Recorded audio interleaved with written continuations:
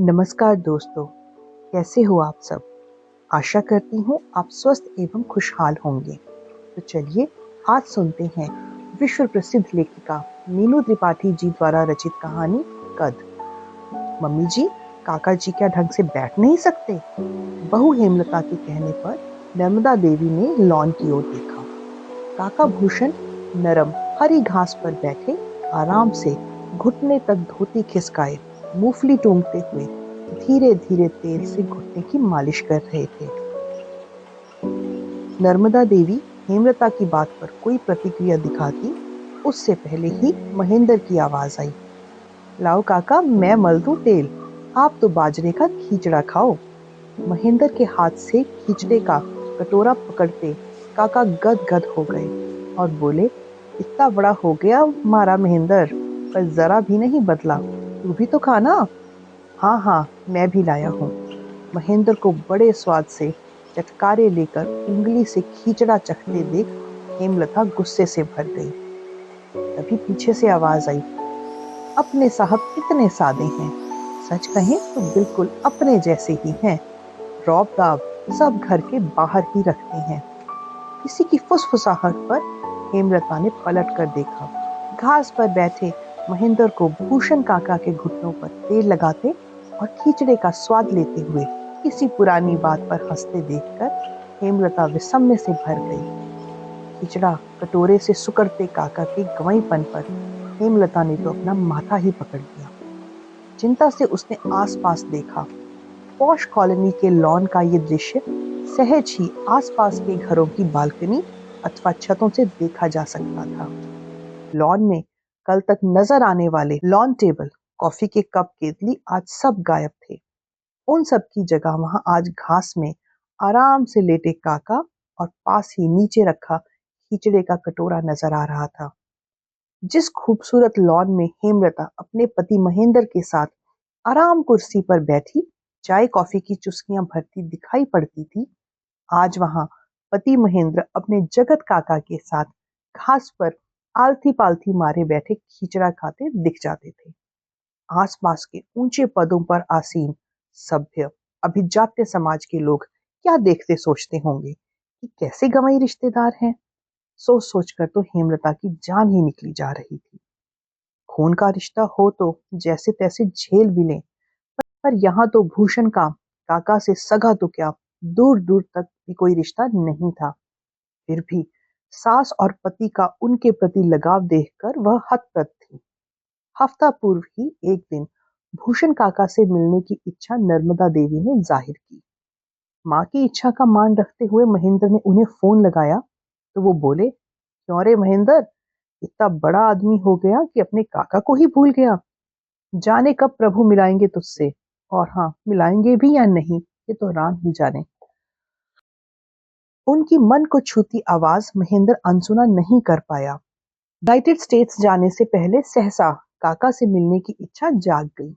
बूढ़े हो चुके भूषण काका उसके पास आकर मिलकर पुरानी यादों की खुशबू से खुद को सराबोर करना चाहते थे। महेंद्र ने हेमलता को समझाया, भरतपुर से काका आ रहे हैं। मैं और माँ खुद ही भरतपुर जाकर मिल आते, पर उनकी बातों से लगा कि काका स्वयं यहाँ आना चाहते हैं। ऐसे में आने से मना करना सही नहीं होगा। उनके घुटने में भी दर्द रहता है, यहाँ किसी डॉक्टर को भी दिखा दूंगा। यह सुनकर हेमलता ने साधारण प्रतिक्रिया दी, पर जब उसने काका के लिए अपने पति की चाल ढाल में बदलाव देखे और भूषण काका का रहन सहन देखा तो वह कोफ्त से भर गई। बात बात पर टेढ़े होकर गैस छोड़ने की आदत और उनकी डकार ने हेमलता का जीना मुहाल कर दिया था।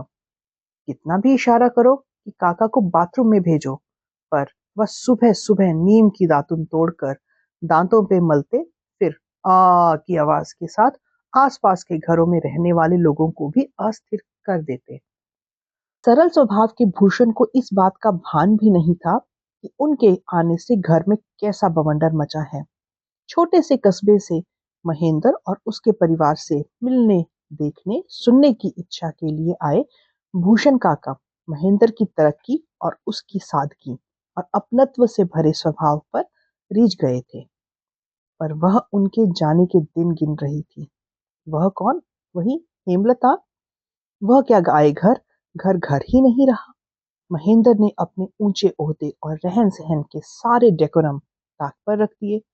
भूषण काका को नरम बिस्तर पर नींद नहीं आती है तो वह नीचे सख्त गद्दा बिछाकर सो जाते हैं।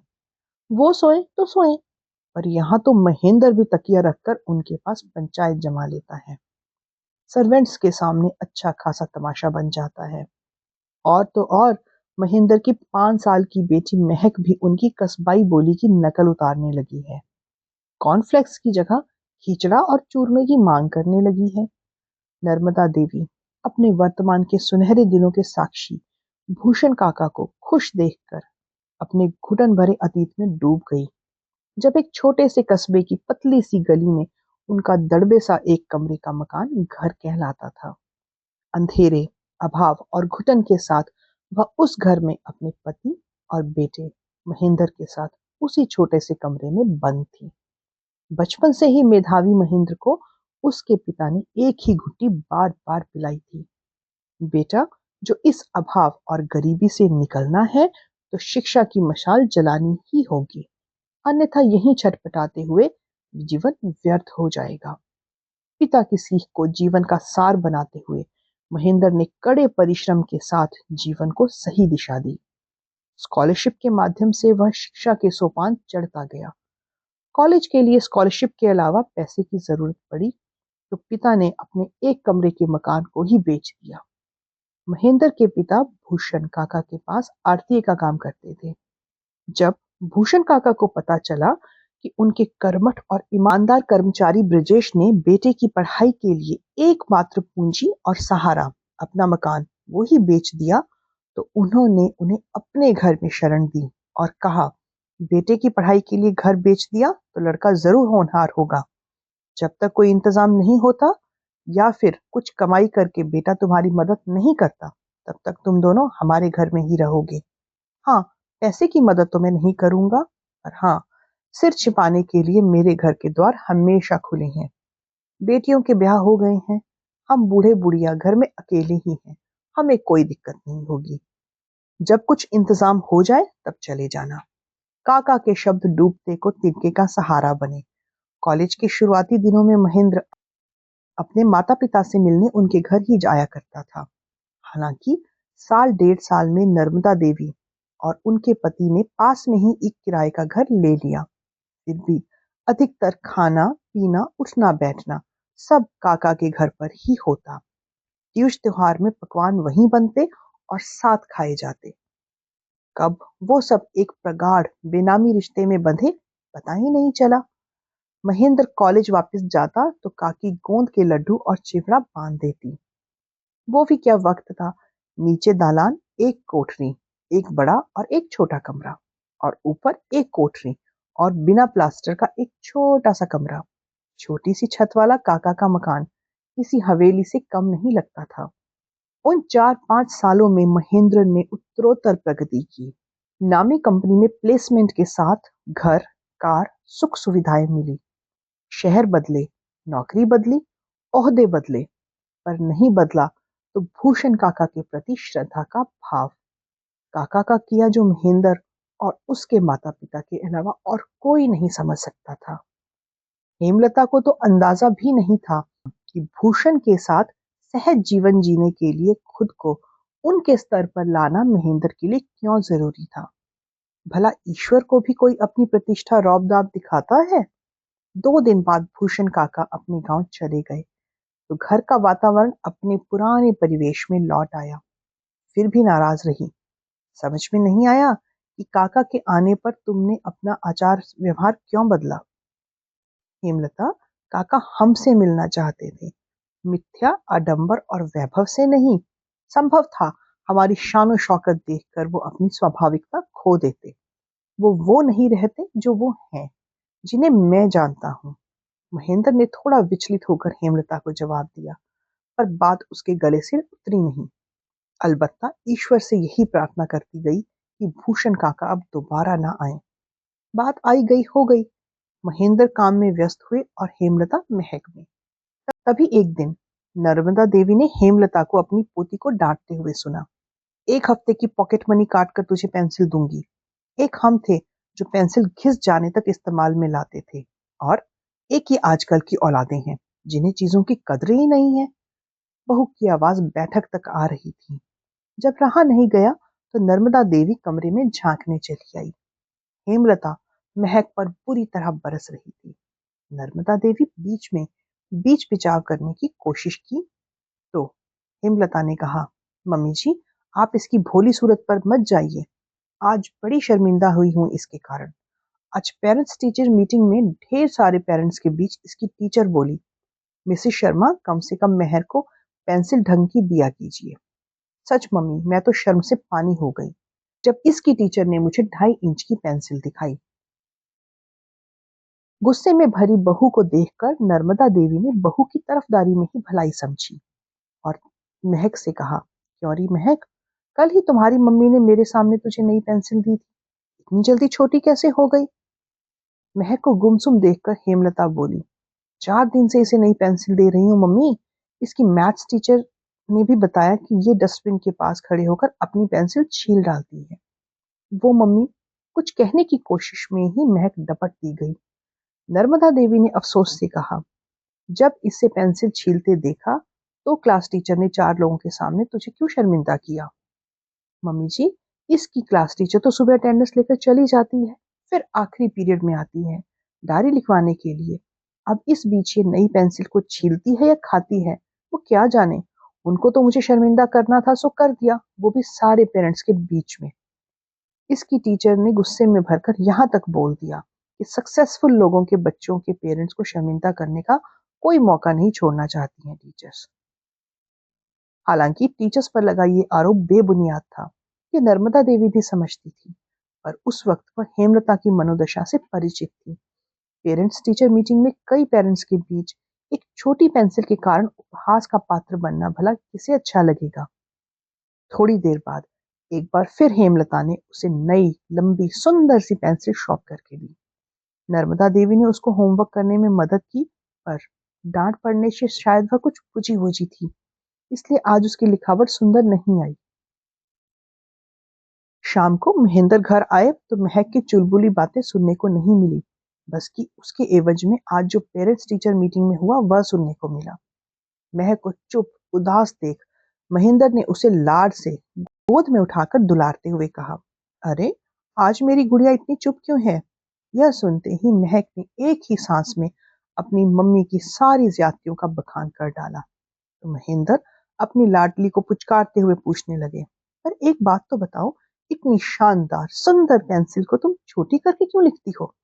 यह सुनकर वह झट से बोली, पापा, नई बड़ी पेंसिल सुंदर तो लगती है, पर उससे लिखा ही नहीं जाता। मेरे हाथ छोटे छोटे हैं, पेंसिल इतनी बड़ी, उसमें मेरी ग्रिप नहीं बनती है। हाँ, छोटी कर देने पर उसे आसानी से पकड़ा जा सकता है, लिखने में भी आसानी होती है और राइटिंग भी बहुत सुंदर आती है।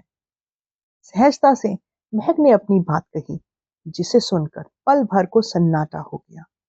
वस्तुस्थिति को देखने का नजरिया टीचर्स का, स्वयं का और महक का कितना उल्टा था।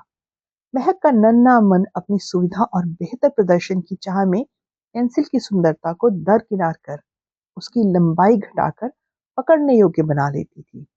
उसकी मंशा साफ थी, छोटे बच्चे शायद यूं ही सहजता से अपनी समस्या का हल निकाल लेते हैं। जो उसने अभी कहा, काश ये उसकी टीचर ने भी सुना होता, आसपास के पेरेंट्स ने सुना होता तो कितना अच्छा होता। आज उनको अपनी बात कहने का मौका न देने के अपराध बोध से भरी हेमलता ने उसे गले से लगा लिया। इस दृश्य को देखकर महेंद्र मुस्कुरा दिए और देर तक मुस्कुराते रहे। उनके इस हाव भाव को देखकर हेमलता कुछ विचलित हुई। उसे लगा महेंद्र कुछ कहना चाहते हैं पर कह नहीं पा रहे। रात को डाइनिंग टेबल पर महेंद्र को फिर मुस्कुराते देख हेमलता बोल पड़ी, जब से महक की बात सुनी है आप यूं ही मुस्कुराए जा रहे हो, बात क्या है वो तो बताओ। यह सुनकर महेंद्र गंभीरता से बोला, पिछले हफ्ते तुम मुझसे नाराज हो रही थी कि मैं काका जी के सामने अपने कद को घटाकर एक सस्ता व्यवहार क्यों कर रहा हूँ। उसका भी यही जवाब है हेमलता, अपना बड़ा कद दिखाकर मैं उन्हें भावहीन नहीं करना चाहता था। पुरानी संजोई यादें और उन दिनों की मीठी कसक कुछ काका और कुछ मेरे मन को भर गई थी। पुराने संस्मरणों की सुंदर लेखनी मन पर सुकून अंकित कर गई। आज की भागम-भाग और दिखावेबाज की दुनिया में ऐसा संतोष, सुकून मिलना लगभग असंभव है। तुम नाराज थी, पर मैं काका के चेहरे पर खुद को ना बदलने का संतोष जो देख रहा था, वो तुम नहीं देख रही थी। वो गौरवान्वित थे कि उनके महेंद्र का समय जरूर बदला है, पर महेंद्र नहीं बदला। रहन-सहन भी बदला है, पर उसके मन के भाव नहीं बदले। उसके मन के भाव पुराने लोगों के लिए वही हैं। बस यही यही एक एहसास और संतोष उपहार स्वरूप उनको देना चाहता था। महेंद्र की बात समझकर हेमलता लगभग हथियार डालती हुई सी बोली, तरक्की करना गुनाह तो नहीं है ना? उसे किसी के लिए छिपाना सही है क्या? तुम्हें क्या लगा यह सब कुछ मैंने काका जी के लिए किया है? नहीं हेमलता, बहुत कुछ मैंने अपने खुद के लिए भी किया है। वो बाजरे का खींचड़ा, वो घास पर नीचे बैठकर धूप सेकते मूंगफली खाना, वो घासी लाल के बेसन के पकौड़ों और देसी घी की जलेबी, और वो बातें, वो होली में बनने वाली माँ और काकी के हाथों की बनी हींग वाली कचौड़ियाँ, मावे की गुजिया, सब बातों में ही थी, पर थी रसीली, चटपटी और बेहद स्वाद। कचौड़ियों जलेबियों को हजम कर पाए ना, ऐसा काका का पुराना हाजमा रह गया था और ना ही मेरी डाइट में उन चीजों का स्थान था। पर हाँ, स्मृतियों में रचा बसा वो पुराना स्वाद आज सुकून रहित, भाव रहित जीवन में मुंह में पानी लाने के लिए पर्याप्त था। नर्मदा देवी मंत्रमुग्ध सी महेंद्र की बातों को सुनती हुई एक बार फिर पुराने दिनों में खो गई। बेशक यथार्थ में वह उन पुराने दिनों में जाना नहीं चाहती थी, फिर भी उसकी कहसक मन में रह रहकर क्यों उठ रही थी, ये उनकी समझ से भी परे था। कुछ देर जब चुप्पी छाई रही, तो सहसा हेमलता उठकर खड़ी हो गई। लौट आई तो हाथों में पुराने कपड़े में बंधा स्टील का पुराना सा डब्बा था। उसे खोला तो देसी घी की महक नाक में घुस गई। महेंद्र की दाल में घी डालते हुए बोली, काका जी दे गए थे, कुछ इस भाव से मानो बहुत बड़ी कोई जागीर देकर जा रहे हों। मैंने स्टोर में उपेक्षा से डाल दिया था, पर अभी अभी महसूस किया कि इसकी कीमत नहीं लगाई जा सकती। वाकई अनमोल है ये। नर्मदा देवी ने चुपके से अपने आंसू पोंछ लिए और महेंद्र ने कुछ गर्व और प्यार से हेमलता का हाथ चुपके से पकड़ते हुए उसे थैंक्स कह दिया। तो दोस्तों, ये थी आज की कहानी। कहानी कैसी लगी हमें कमेंट करके ज़रूर बताइएगा, और अगर कहानी अच्छी लगी तो इसे लाइक, शेयर और सब्सक्राइब कीजिएगा, और ऐसी ही और बेहतरीन कहानियाँ सुनने के लिए चैनल से जुड़े रहिए। तब तक अपना ध्यान रखिए। धन्यवाद।